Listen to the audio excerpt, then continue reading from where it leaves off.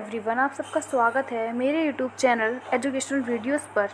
तो आज हम पढ़ने जा रहे हैं भारतीय चित्रकला के इतिहास में चैप्टर 8, जिसका नाम है मालवा लघु चित्रकला, जिसका समय काल है 1505 से 1672 ई तक। ये जो चित्र है ये मालवा लघु चित्रकला, जो कि राग मेघ, इसका समय है 1680 ई से। चित्रकार माधोदास, जो कि संग्रह है राष्ट्रीय संग्रहालय नई दिल्ली। आगे बढ़ते हैं।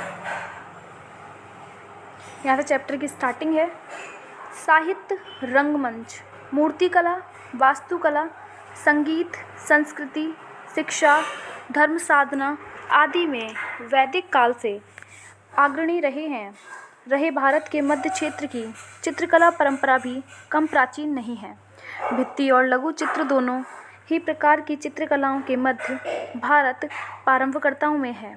5वीं-6वीं शती ईसा के बाग गुफा चित्र मध्य भारत की अजंता जैसी विशुद्ध और उत्कृष्ट भित्ति चित्र परंपरा को और मांडू के चित्र कल्पसूत्र भारत में लघु चित्र शैली के शुरुआती मुहावरे को रेखांकित करते हैं। मांडू के 1439 ई के कल्पसूत्र चित्र भारत के ऐसे प्राचीनतम लघु चित्रों में गिने जाते हैं जिन पर उनका रचनाकाल अंकित है। मांडू के इन कल्पसूत्र चित्रों में जहां राजस्थान की अधिकांश चित्र शैलियाँ विकसित हुईं, वहीं यहाँ चित्रित 1505 ई में के नियमतनामा से भारत की उत्तरकालीन इस्लामी कला शैली को अपना वैशिष्ट्य मिला। मध्य प्रदेश के पूर्वी भाग को बुंदेलखंड नाम से जाना जाता है। इसमें दतिया व ओरछा दो मुख्य रियासतें थीं, जहां चित्रकला का अपना मौलिक रूप निखरा है। पश्चिमी भाग मालवा कहलाता है, जिसमें ग्वालियर, इंदौर, मांडू व धार मुख्य स्थान हैं, जहां चित्रकला का मांडू मुख्य केंद्र बना। आगे बढ़ते हैं। होशंग शाह, जिसका समय काल 1405 से 32 ई के नेतृत्व में खिलजी सल्तनत के पुनः उभरने पर 1405 में उसने मांडू को राजधानी नगर के रूप में बसाया। सुल्तान गयासुद्दीन, इनका समय काल है 1469 से 1500 ई के समय में मांडू की प्रसिद्धि दूर दूर तक पहुंच गई थी। मेवाड़, गुजरात, दक्षिण व गौड़ राज्यों का इस प्रदेश पर भी नियंत्रण प्रभाव पड़ रहा था। मांडू के 1439 ई वाले कल्पसूत्र के बाद मांडू में चित्रित शादी के बुस्तान वाली प्रति हाजी मोहम्मद चितेरे ने तैयार की थी। यह अब राष्ट्रीय संग्रहालय नई दिल्ली में संग्रहित है। यह प्रति खिलजी सुल्तान नादिर शाह, जिनका समय काल 1500 से 1510 ई के लिए 1503 ई में तैयार की गई थी।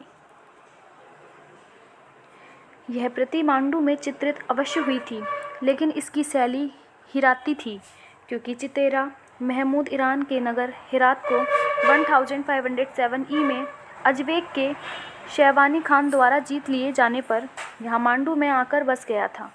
इस प्रति के माध्यम से भी मांडू या मालवा शैली के निजस्व का ज्ञान नहीं हो पाता। मालवा में ही चित्रित नियामतनामा पाक कला पुस्तक चित्र 61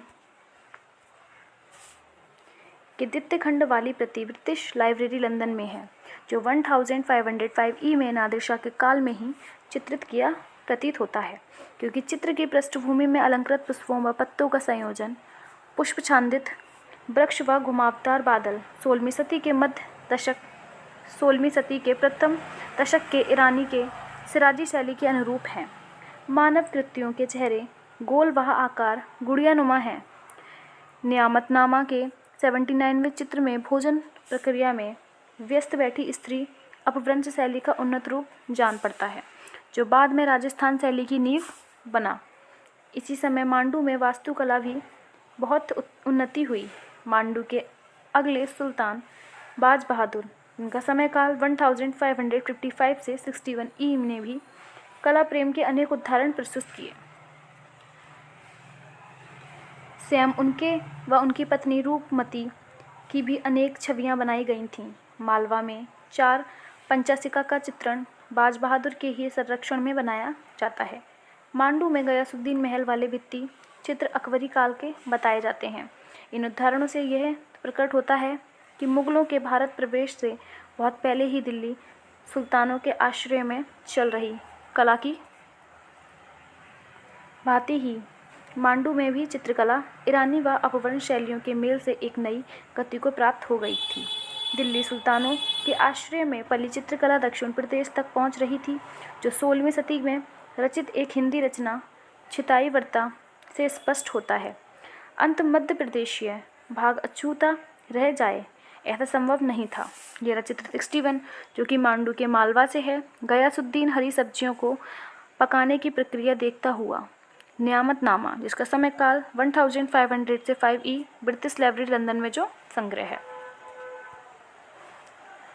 ग्वालियर किले में बने मानसिंह, जिनका समय काल 1487 से 1517 वाले, मान मंदिर में चित्रित स्त्री आकृति दिल्ली में 1540E वाले महापुराण अथवा जौनपुर वाली मृगावती की चित्र शैली में मिलती है। मालवा का चित्र परंपरा का कालक्रमानुसार विकास तत्वों के अभाव में अभी तक ठीक नहीं बांधा जा सका है। एक लंबी रिक्तता के पश्चात 1600E की रागमाला तथा 1684E की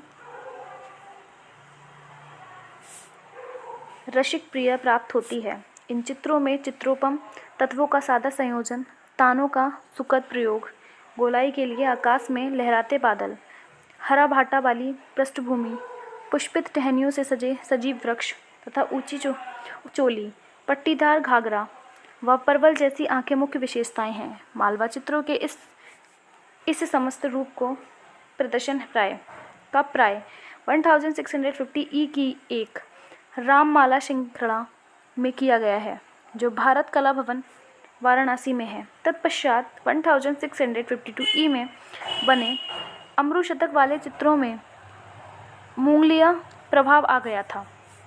इस ग्रंथ का चित्रण कार्य नसरतगढ़ में होने वाला बताया गया जाता है। 1660 से 1680E के मध्य चित्रकला का विकास अवरुद्ध हो गया था, क्योंकि उत्तराधिकार के लिए भाइयों में परस्पर वैमनस्य पैदा हो गया। लेकिन बाद के चित्रों में यथार्थता का पुट बढ़ता चला जा रहा था। 1672E में एक रागमाला चित्र ये रचित्र 62 मालवा शैली में राम और स्वर्गमर्ग या मारीच, जिसका समय काल है 1640E, जो संग्रह कहाँ है, राष्ट्रीय संग्रहालय नई दिल्ली में सफाई व तरकीब अधिक आने लगती है। यह मदन दास ने नरसयंग शहर में चित्रित की थी। अब शाहजहाँ काल पश्चात वाली परंपरा की तरफ चित्रकार का रुझान का पता चलता है।